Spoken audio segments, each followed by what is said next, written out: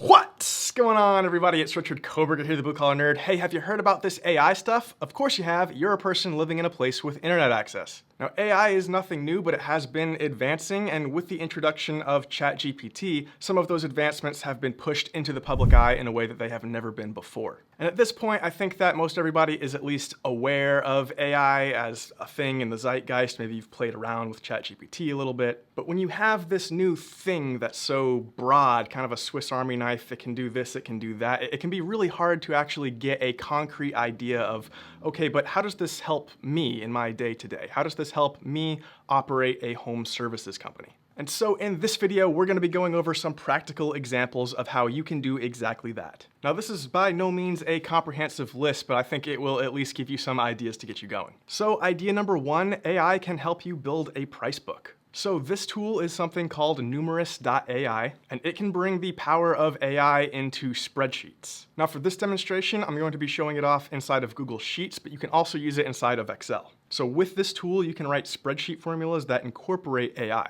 For example, here we have the write function, which can have ChatGPT write text inside of your spreadsheet. So here I have a price book exported as a spreadsheet, and let's say here's my list of item names, and I need to write descriptions for those services. Well, I could come up with them and write them out one by one. Obviously, that's going to be a tedious process. I could ask ChatGPT separately in a new window to write some descriptions for me. However, that's going to mean a lot of copying and pasting back and forth, and I find it hard to believe that we're really going to be saving a substantial amount of time by doing that. So with this tool, I can do it all at once right here inside of the spreadsheet. So if I click on equals right over here in the numerous.ai flyout, it's going to give me a brief explanation of how to use it, including some examples down here of exactly how to format it. So here's what I have as my formula. It's equals write a description of this part or service, E125, that's column E, line 125, which is the corresponding name of the part or service. So write a description of that part or service as it pertains to HVAC. Keep it under 4 sentences and explain it like you're talking to an 8th grader. So there we go, I've got my formula in, I'm gonna hit enter, it's gonna load for a second, and then there we go, it's written a description for me. It says the filter dryer is a part in your air conditioning system that helps keep the air clean and your system running smoothly.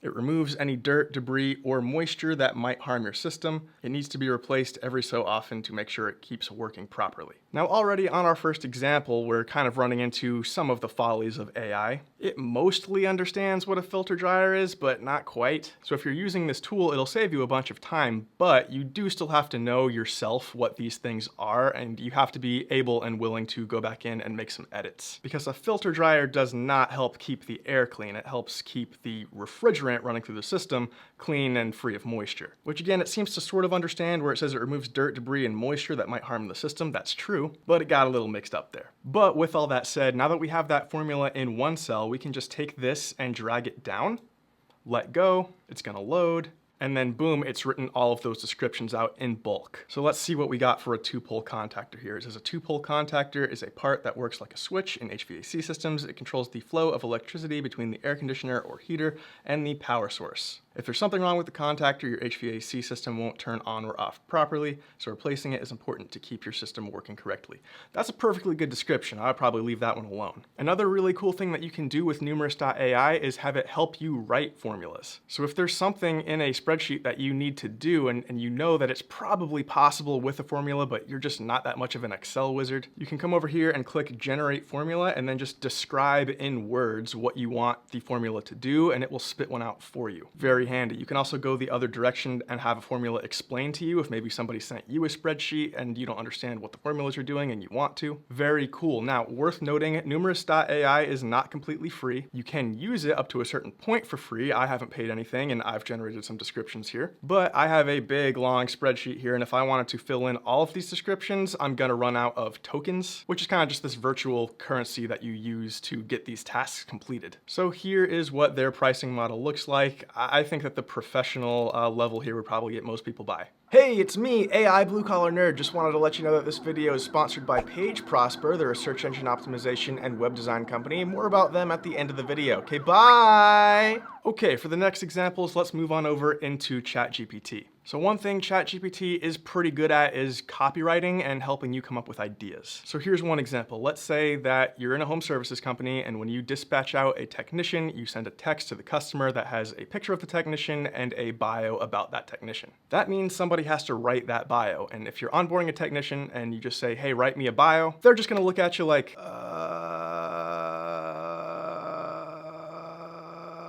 So then you might think, okay, it would be easier if I just gave them a list of questions. If I just had like a bio template with some questions built in. So let me write that out for them. And then you sit down to write that, and now you're like,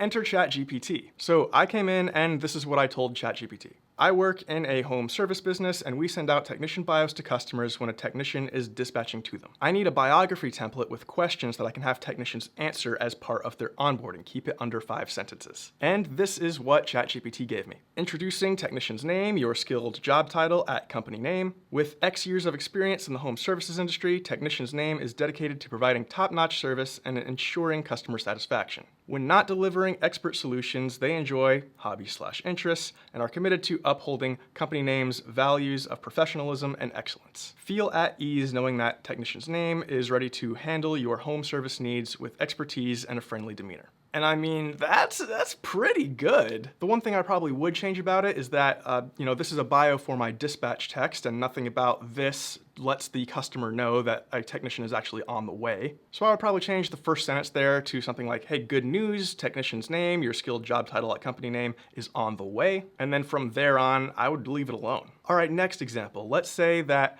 I have technicians in training, and I want to make some sort of quiz that gives me confidence that they are ready to not be in training anymore, not just be maintenance techs or not have to ride with somebody anymore, and be full-blown service techs. So I want some sort of written exam as part of that. That is definitely something that ChatGPT can help me with. So here's the prompt I gave it. I said I need to make a quiz. The purpose of the quiz is to test an HVAC technician in training to see if they are ready to take service calls. I need the quiz to test their diagnostic skills. Okay, so here's what I got. Question 1, a customer reports that their air conditioning unit is blowing warm air. What could be the potential cause of the issue? Select all that apply. Question 2, customers complaining of a strange smell coming from the furnace. What could be possible reasons? Question 3, the outdoor unit of an air conditioning system is not running, but the indoor unit is operational. What could be the potential cause of the problem, etc., etc. It gave me 7 total questions. You get the idea. Now, if 7 questions wasn't enough for me and I was looking for like a 25 question quiz, I would just send it another message and say, make it 25 questions long. Boom, I'd get a 25 question long quiz. But one thing it didn't give me was what it thought the answers were. So it didn't give me like an answer key. So I asked it, hey, can you give me an answer key to the quiz above? And it gave me one, and this is definitely an area where you want to spot check it and then make your own answer key. Like for question 1 here, potential causes of an air conditioner unit blowing warm air. It's saying that dirty air filter is one of the correct answers, and I'm not sure I agree with that. A dirty air filter is going to restrict airflow, so you're going to get less air and potentially no air if the coil freezes up and you're not getting any air past there anymore. But it's saying that it's blowing warm air. I don't think a dirty air filter would cause that. Remember, nothing we get out of AI is something that we should just blindly take and run with. You should think of it more as an assistant. It can get you a really good starting place, it can get your brain going, it can help you generate some ideas, but you should always double check things. Okay, new example. Let's say that we want to write out some job descriptions for all of the roles inside of our company. Job descriptions are a really helpful thing to have. I highly recommend having written job descriptions because as an employee in a company, it's just really helpful to have a clear written understanding of what is expected of you. And as an owner or manager, it's helpful to have those things to help with accountability because it's hard to hold somebody accountable for something they didn't do if you never told them that they were expected to do that. So here we are in ChatGPT. Let's start with a really simple prompt. So I'm just saying I need a job description for a CSR in an HVAC and plumbing company. I'm not giving it a whole lot of details about what I want because I don't really know what I want yet, but we can kind of form this as we go. So let's start there and just see what we get. Wow, so it actually gave me a pretty darn thorough breakdown here. So we could kind of just take this and edit it to our liking. So let's see what it put here under key responsibilities. We've got customer interaction, of course, interact with customers via phone, email, or in person to answer questions, provide information about our services, and address concerns or inquiries promptly and courteously, sure. Service coordination, maybe this would kind of be dependent on if we have a separate dispatcher role or not. Now, number 3, it has troubleshooting. listen to customer concerns and troubleshoot problems with HVAC and plumbing systems.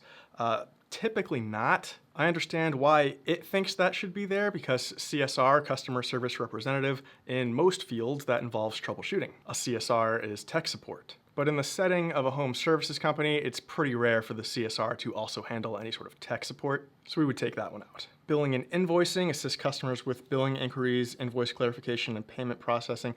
Maybe, it kind of depends if we have a separate accounting sort of role that we would want to handle that sort of thing. Order management, manage orders for parts, equipment, and supplies. Again, I mean, you could, some people have their CSRs handle that sort of thing, but usually it's the department head, the service manager, the install manager, whatever. Complaint resolution, yes. Follow-up, yes. Documentation, collaborative support, knowledge development. Most of this looks good. It's also got some qualifications and requirements down here. So we could either copy and paste this out into somewhere else, a Google Doc or Word or whatever, and make our edits there. Or if there's a lot that needs to be changed, we kind of work with ChatGPT to curate this to be closer to what we need. So for example, I might say, my CSRs won't be handling any technical troubleshooting, order management, or handling invoicing or accounting related tasks. Can you please edit? And that's important. Always say please so that you're on the list to be spared during the robot uprising. So let's send that in and see what we get. And there we go, it's made a revision for us. Now this is dual purpose, right? Job descriptions like this are very helpful to have internally,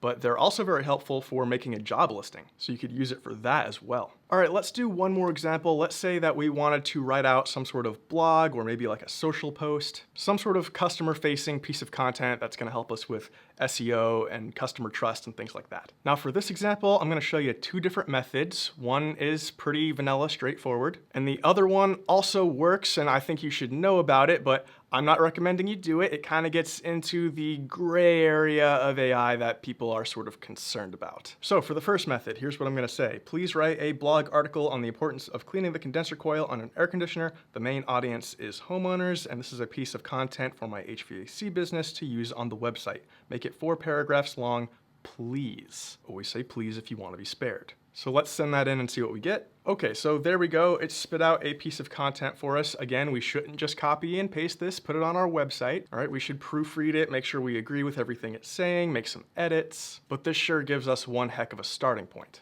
Okay, so there's that method, pretty straightforward. And now I'm gonna get into the alternate method, the kind of more shady method, if you will. But before we get into that, let's get clear on why you might want to generate content like this in the first place. Well, one reason that you might want to put like a blog post like this on your website is that it's good for SEO. Because not only is it rich with keywords, but it's also a piece of content that is written to be helpful for a real person, a homeowner. And counterintuitively, that sort of content that is written for people first and not just for search engines, is actually very helpful for your rankings with search engines. At least that's my understanding of it. I am not an expert in SEO. But you know who is an expert in SEO? It's the sponsor of today's video, Page Prosper.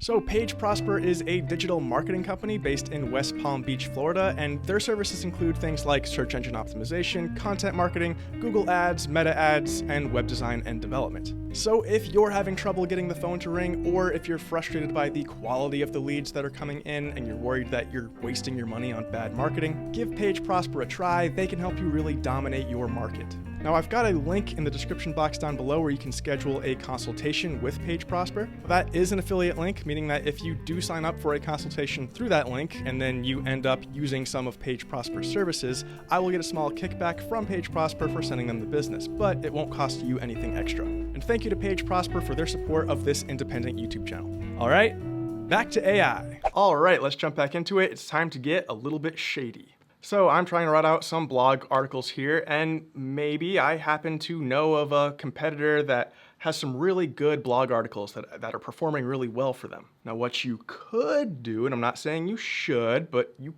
can, but you probably shouldn't. You could just look at that article that you like a lot. You could copy it. You could take it into ChatGPT, and you could say, please, always say please, reword the following article. And then I would just paste that article in and send that over. And now I've got a very similar article worded differently. Now, is this plagiarism? Good question. This is part of what concerns people so much about these sorts of generative AI models. The lines get real blurry. Like, you could say that this is plagiarism, but you could also say that anything ChatGPT ever spits out is plagiarism because it only knows anything based on what information it's gathered from the internet. But then would you say that anything that humans create is plagiarism because they're gathering information from the world around them and then that is inspiring the things that they create? It gets real philosophical real fast, and it's not what this video is about. But in all seriousness, I truly don't recommend doing what I just showed. And if you are going to use a pre-existing piece of content as inspiration and feed it into ChatGPT, just make sure that whatever it is that you end up using as your output is actually transformative. Look at the piece of content that you have that you're considering using and say, if I were the creator of the original piece of content, would I be upset about this? Would I even know that it was inspired by my content? Now, of course, it should go without saying that's not legal advice, and the legislature has really not caught up with the technology here. Anyways, there's a few examples of how you can practically use AI to help operate your business. Again, that's far from a fully extensive list. Just a few more ideas off the top of my head. You could use it to help you respond to reviews. You could use it to help you write scripts for CSRs, or you could use it to help you build out compensation plans. The possibilities are near endless. If there's something that you use AI for in your company that I didn't talk about, please leave a comment in the section down below and let everybody know. Anyways, that's all I got for today. Be sure to hit like if you liked the video and found it valuable. Be sure to subscribe to my YouTube channel if you haven't done that already. Hit that bell icon so that YouTube notifies you anytime I upload a new video. And thank you again to Page Prosper for sponsoring this video. Again, link in the description box down below if you're interested in their services. Appreciate it. Peace.